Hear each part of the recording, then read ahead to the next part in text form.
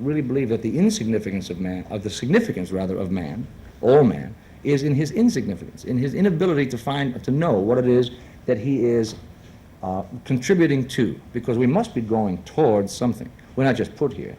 Bobby Darin was a true Renaissance man of the entertainment world. A gifted singer, songwriter, musician, and actor, Darin left an unforgettable mark on the music industry in his all-too-brief 37 years. With smash hits like Splish Splash, Dream Lover, and the Grammy-winning Mack the Knife, he proved himself equally adept at rock and roll, pop standards, folk and country. On the silver screen, Darin earned an Oscar nomination and showed his depth as a dramatic actor. Though his life was cut short by the heart condition that plagued him from childhood, Bobby Darin packed more living into his 37 years than most could dream of in a much longer lifetime. Walden Robert Casado, better known by his stage name, Bobby Darin, was born on May 14, 1936, in the Bronx, New York. He grew up in a modest household, raised by his grandmother Polly, whom he believed to be his mother, and his older sister Nina. From a young age, Bobby faced significant health challenges that would shape the course of his life and career. At the age of 8, he contracted rheumatic fever, a condition that left his heart severely damaged. Doctors warned that he might not live past the age of 15. But Bobby's unyielding passion for music and performing would ultimately propel him to defy the odds. I'll be 30 in a couple of months. I didn't expect to live till 30, because I was supposed to die when I was 14 of a rather serious illness. Just the idea of being alive and chronologically arriving at 30. Bobby Darin has done an awful lot. You can only do those things if you're alive. One of those terrible dawns that hit you. Despite his physical limitations, Bobby's determination and talent were evident from an early age. As a teenager, he gathered a group of school friends, including Eddie Ocasio, Walter Rame, Dick Berka, and Steve Carman, to form his first band. Together, they performed at local gigs, honing their skills and dreaming of making it big in the music industry. Bobby's natural charisma and stage presence were undeniable, and he quickly became the focal point of the group. Alongside his musical pursuits, Bobby began to explore his talent for songwriting. He teamed up with Don Kirshner, a young composer and music publisher working in the famous Brill Building, a hub for the music industry in New York City. Kirshner recognized Bobby's potential and took him under his wing, helping to refine his songwriting skills and connecting him with influential figures in the business. In 1956, Kirshner's efforts paid off when he secured Bobby a recording contract with Decca Records. Although Bobby's early singles with the label failed to make a significant impact on the charts, he remained undeterred.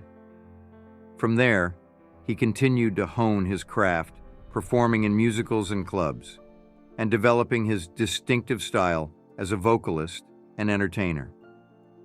Bobby's persistence and talent eventually caught the attention of Atco Records, a subsidiary of Atlantic Records. In 1956, he signed with the label and made his national television debut on the popular variety show Stage Show, hosted by the Dorsey Brothers. Performing his self-penned tune Rock Island Line, Bobby's electrifying stage presence and dynamic vocals captivated audiences, even though the song itself did not chart. This exposure opened several doors for Bobby, and he soon found himself touring alongside some of the biggest names in rock and roll, including Buddy Holly, the Coasters, and Dion and the Belmonts. Bobby's high-energy performances and magnetic personality made him a standout on these tours, and he quickly gained a reputation as a rising star in the music industry. In 1958, Bobby's career reached new heights with the release of Splish Splash, a novelty song he co-wrote with radio DJ Murray Kaufman on a bet. The catchy, upbeat tune, which playfully depicted a young man's surprise at finding a party in his bathroom, resonated with listeners and shot to number 3 on the pop charts. The success of Splish Splash was swiftly followed by another top 10 hit, Queen of the Hop, cementing Bobby's status as a bona fide pop star. Demonstrating his versatility as a songwriter and performer, Bobby soon released Dream Lover, a lush, romantic ballad that showcased his smooth, emotive vocals. The song, which Bobby wrote and produced himself, became a massive hit, further establishing him as a force to be reckoned with in the music industry. Despite his other successes, it was his innovative, finger-snapping rendition of Mack the Knife, a song from Kurt Weill and Bertolt Brecht's Threepenny Opera, that would define Bobby Darin's career and secure his place in music history. His swinging, Vegas-style arrangement of the song, complete with playful ad-libs and a commanding stage presence, captivated audiences and propelled the track to the top of the charts for an impressive 9 weeks in 1959. Mack the Knife ended up earning Bobby 2 Grammy Awards and became his signature tune, cementing his status as a music icon. With his meteoric rise to stardom, Bobby Darin's ambitious goal of becoming a legend by the age of 25 seemed increasingly within reach. His talent, charisma, and tireless work ethic had already earned him a place among the most celebrated entertainers of his generation, and he was poised to conquer new heights in the realms of music, television, and film. As Bobby's popularity increased, so did his resolve to make a lasting impact on the entertainment industry. He knew that his time might be limited due to his heart condition, which only further fueled his drive to achieve as much as possible in the shortest amount of time. In a 1959 interview with Life magazine, Bobby boldly declared, "My goal is to be a legend by the time I'm 25." This statement would come to haunt him in later years, as critics and journalists often used it to paint him as arrogant and overly ambitious. However, for Bobby, it was not merely a boast. It was a declaration of his unwavering commitment to his craft and his determination to make the most of the time he had been given. With his sights set on conquering the entertainment world, Bobby Darin threw himself into his work with renewed vigor. He continued to release hit singles, showcasing his range as a performer and his ability to adapt to different genres and styles.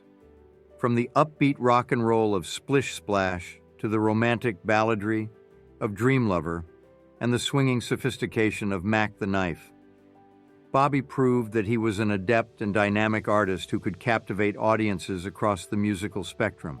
As the 1960s dawned, Bobby Darin stood at the zenith of his career, a true superstar in every sense of the word. With hit records, sold-out concerts, and a growing list of film and television credits to his name, he had already achieved more than most artists could dream of in a lifetime. But for Bobby, this was only the beginning. He knew that he had so much more to give, and he was determined to push himself even further in the years to come. Despite the odds stacked against him, Bobby Darin had defied expectations and risen to become one of the most beloved and influential entertainers of his generation. His talent, ambition, and unwavering commitment to his craft had propelled him to unimaginable heights, and he stood poised on the brink of even greater success. Little did he know, however, that his greatest challenges and triumphs were still to come, and that the path ahead would be filled with both joy and heartbreak as he navigated the complexities of fame, love, and his own mortality. Connie Francis. Before Bobby Darin became a household name, his heart belonged to another rising star in the music industry, Connie Francis. Born Concetta Rosa Maria Franconero, Connie was a talented singer and actress from Newark, New Jersey, who had already made a name for herself with hits like Who's Sorry Now and Stupid Cupid. Like Bobby, Connie was an Italian-American performer with a powerful voice and an undeniable stage presence. Their paths first crossed in the late 1950s, when both were young, ambitious, and on the brink of superstardom. Bobby and Connie quickly formed a deep connection, bonding over their shared background, their love of music, and their dreams of conquering the entertainment world. They seemed like a perfect match, two kindred spirits destined to take the industry by storm together.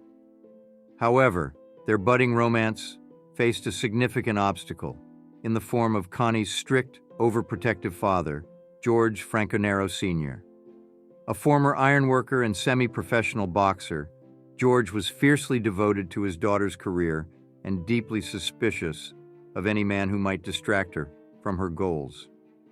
He saw Bobby Darin as a bad influence, a smooth-talking charmer who would only break Connie's heart and derail her success. George's opposition to the relationship came to a head when Bobby and Connie were scheduled to perform together on a popular television show. In a shocking display of his disapproval, George showed up to the studio with a gun, threatening to shoot Bobby if he came near his daughter. The incident left both Bobby and Connie shaken and devastated, forcing them to confront the harsh reality that their love might never be able to flourish under such difficult circumstances. Despite the dramatic end to their romantic relationship, Bobby and Connie remained close friends and artistic collaborators throughout their careers. They continued to perform together on occasion, most notably on a 1959 episode of The Ed Sullivan Show, where they sang a heartfelt duet of You Make Me Feel So Young. The performance served as a bittersweet reminder of what might have been had their love been allowed to blossom. In the years that followed, both Bobby and Connie would go on to achieve tremendous success in their respective careers, maintaining the special bond they had shared. Bobby Darin, during their courtship, wrote My First Real Love for Connie Francis, which she released as a single. As their lives took them in different directions, Bobby and Connie continued to support and inspire each other from afar. They lent their talents to numerous charitable causes, including co-hosting telethons for the American Heart Association, an organization that held special significance for Bobby, given his own battle with heart disease. In 1974, when Connie faced one of the darkest chapters of her life, after being brutally assaulted in a hotel room following a performance, Bobby was among the first to reach out and offer his support. He understood all too well the toll that trauma and personal struggles could take on an artist, and he was determined to be there for his friend in her time of need. Despite the many ups and downs they faced in their personal lives, Bobby and Connie's connection endured. They had a shared understanding of the price of fame, the sacrifices required to pursue their dreams, and the constant scrutiny that came with living in the public eye. In each other, they found a source of comfort, encouragement, and unconditional acceptance. Looking back on their brief but intense romance, it's impossible not to wonder what might have been had circumstances been different, if Connie's father had been more accepting of their relationship, if the pressures of their careers had not pulled them in different directions. Perhaps Bobby Darin and Connie Francis could have become one of the great love stories of the entertainment world. Their story serves as a sobering yet touching reminder of the challenges and sacrifices that often come with pursuing a life in the spotlight. The very qualities that made Bobby and Connie such brilliant performers, their passion, their drive, their uncompromising commitment to their art, also made it difficult for them to find lasting happiness and stability in their personal lives. Despite the pain and heartbreak they endured, however, Bobby and Connie's love for each other never truly faded. In interviews and memoirs over the years, both spoke fondly of their time together, acknowledging the deep impact they had on each other's lives. Connie would later reflect on her relationship with Bobby as one of the great what-ifs of her life, admitting that not marrying him was one of her biggest regrets. She recognized in him a kindred spirit, someone who understood the joys and sorrows of life in the public eye, and who loved her for the person she was, beneath the glitter and glamour of stardom. For Bobby, Connie represented a dream of stability, of a love that could withstand the temptations and trials of the entertainment world. Though their relationship was short-lived, she remained a touchstone in his life, a reminder of the possibility of a love that was pure and true. Acting success and personal life. Have you given up our stuff here, music? No, I haven't given up at all. I just feel that it's given me up. What do you mean? Well, we've come with some singles in the last couple of months which haven't really done, what I thought they should do, which means that I had to spend some more time listening to what was happening. I've always tried to stay current.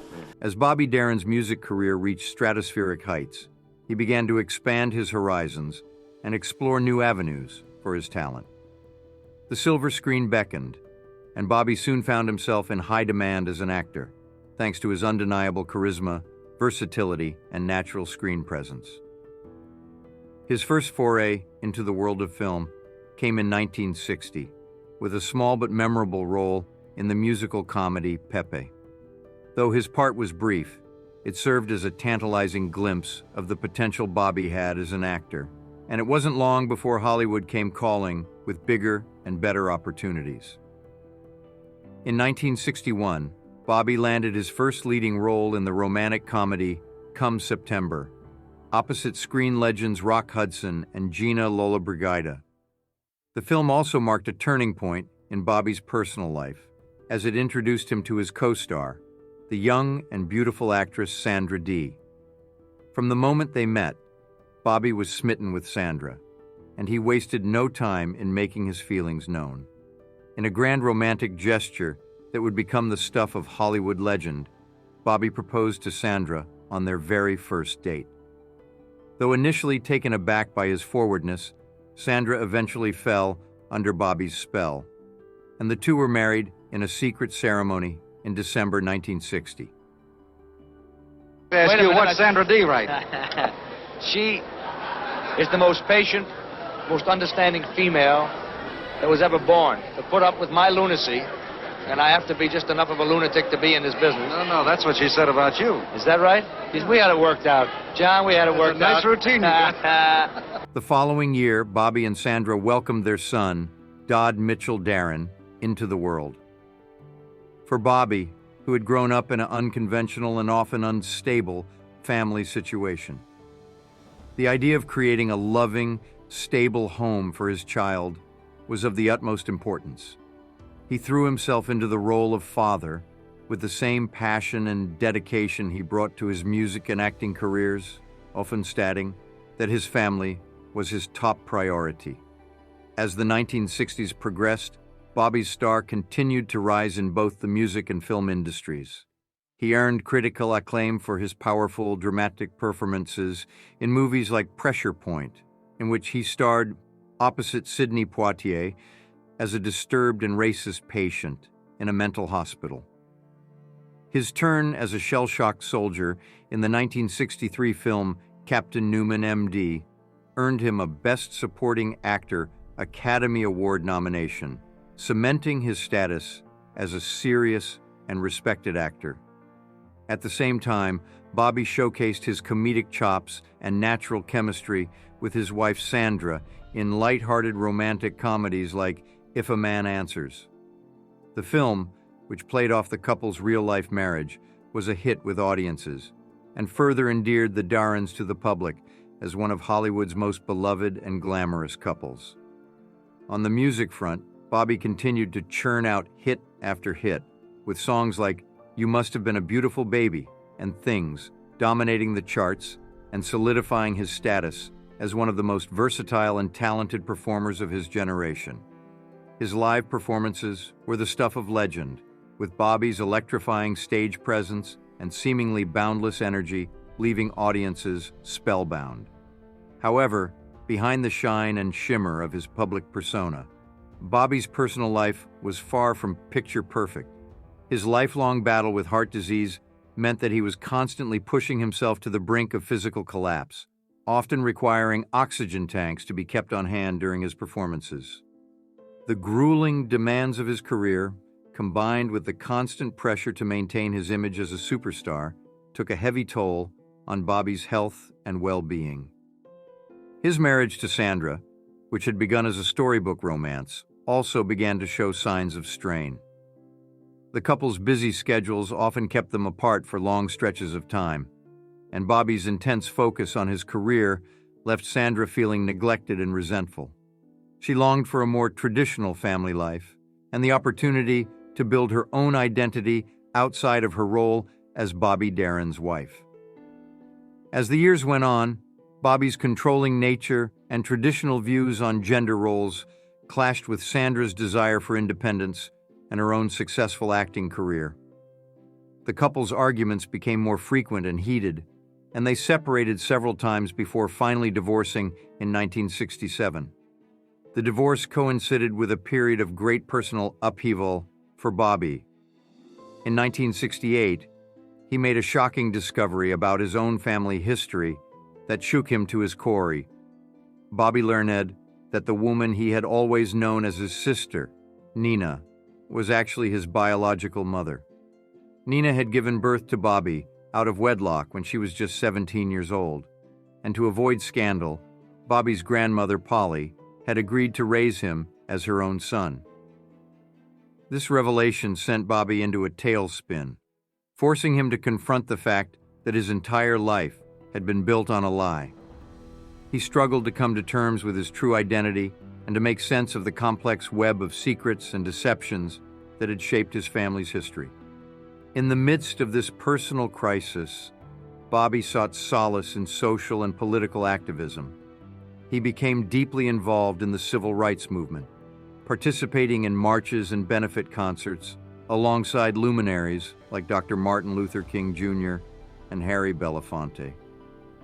Bobby also threw his support behind the presidential campaign of Robert F. Kennedy, whom he admired as a visionary leader and a champion of social justice. The assassinations of both Dr. King and Senator Kennedy in 1968 dealt a devastating blow to Bobby, who had come to see them as kindred spirits in the fight for a better world. The losses, combined with his own personal struggles, led Bobby to a period of deep introspection and soul-searching.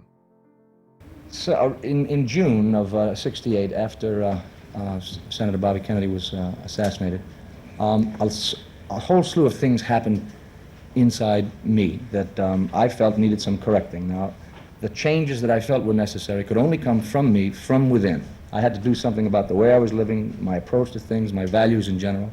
And it took me about 8 or 9 or 10 months to realize that practically everything I was surrounded by was alienating me from myself. In a poignant reflection on this turbulent time in his life, Bobby once remarked, "My philosophy is to take one day at a time. I don't worry about the future. Tomorrow is even out of sight for me." It was a philosophy born of hard-won wisdom and a recognition of the fragility of life in the face of so much tragedy and uncertainty. As the 1960s drew to a close, Bobby Darin found himself at a crossroads, both personally and professionally. He had achieved the kind of success and adulation that most people only dream of, but he had also paid a heavy price for his ambition. Now, as he looked to the future, he knew that he would have to find a way to reinvent himself once again, to chart a new course that would allow him to use his talents for the greater good, while also finding a measure of peace and fulfillment in his personal life. Folk, period, and late career. As the tumultuous decade of the 1960s gave way to the 1970s, Bobby Darin found himself at a turning point in his career and his life.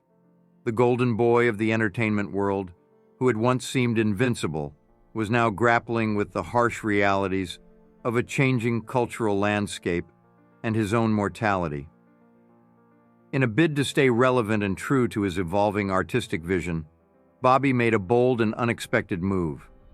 He reinvented himself as a socially conscious folk singer. It was a dramatic departure from the swinging, finger-snapping persona that had made him a household name. But it was a change that Bobby embraced with his characteristic passion and intensity.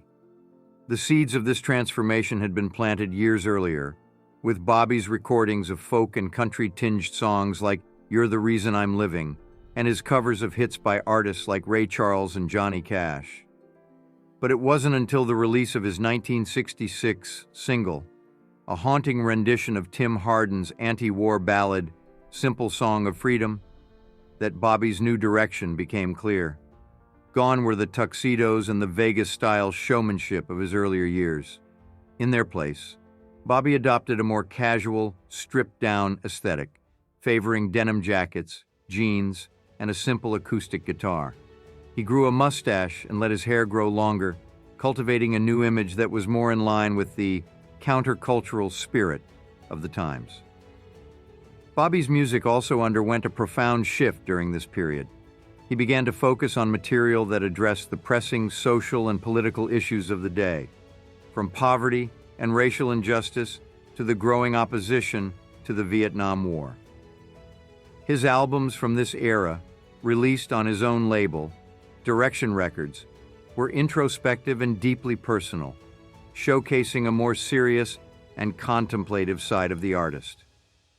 Songs like Long Line Rider, which told the story of a prison inmate's struggle for redemption, and Distractions Part 1, a meditation on the search for meaning in a chaotic world, revealed a depth and complexity to Bobby's songwriting that had never been fully apparent before. He was no longer content to be a mere entertainer.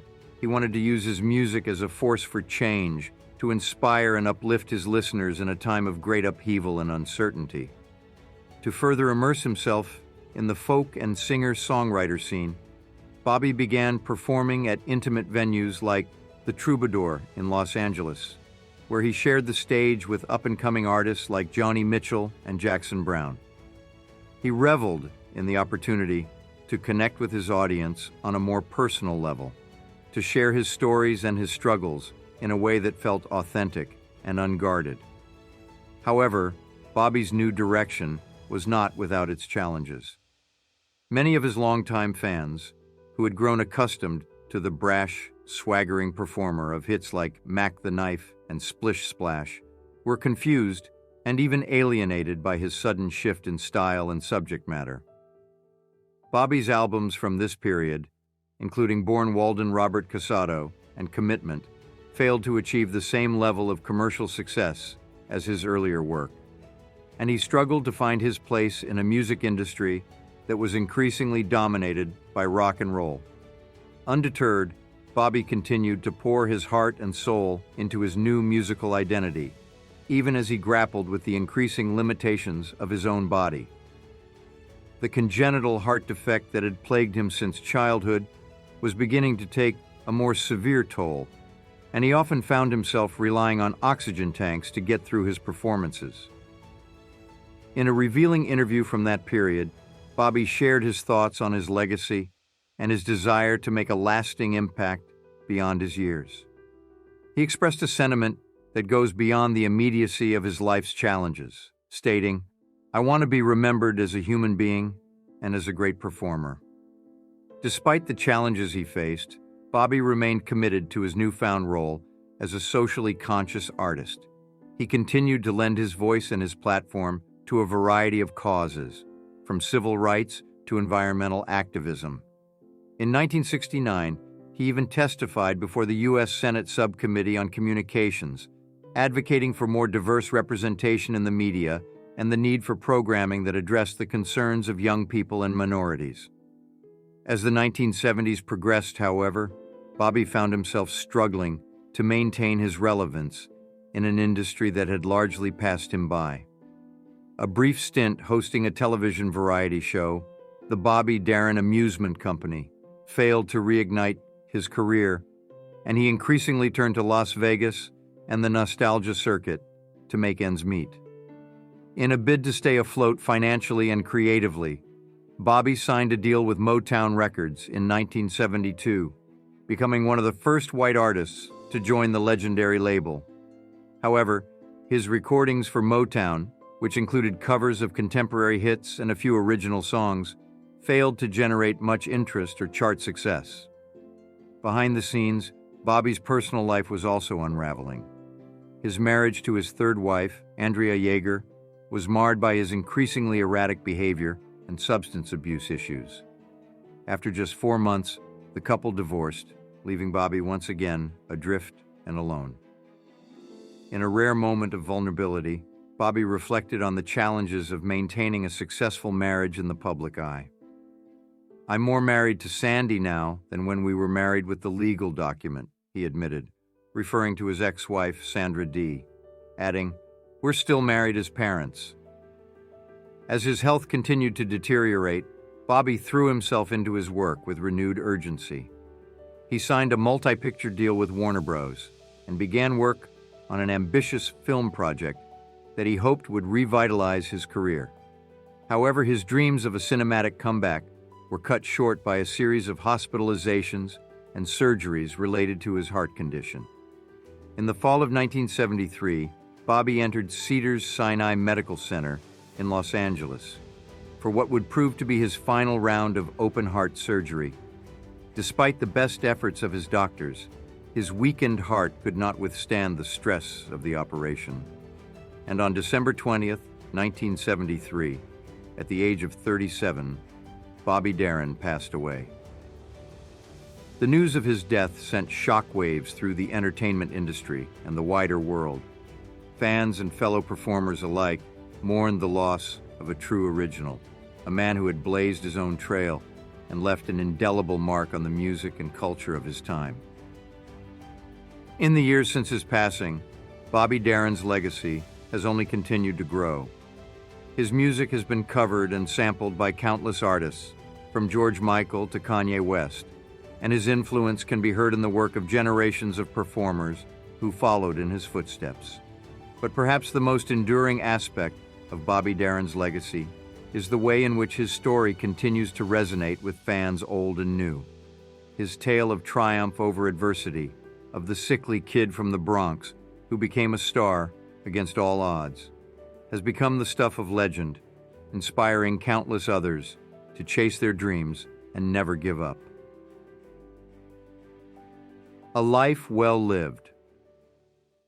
There's nothing wrong with being afraid, but there's nothing more wrong than allowing that to be your master.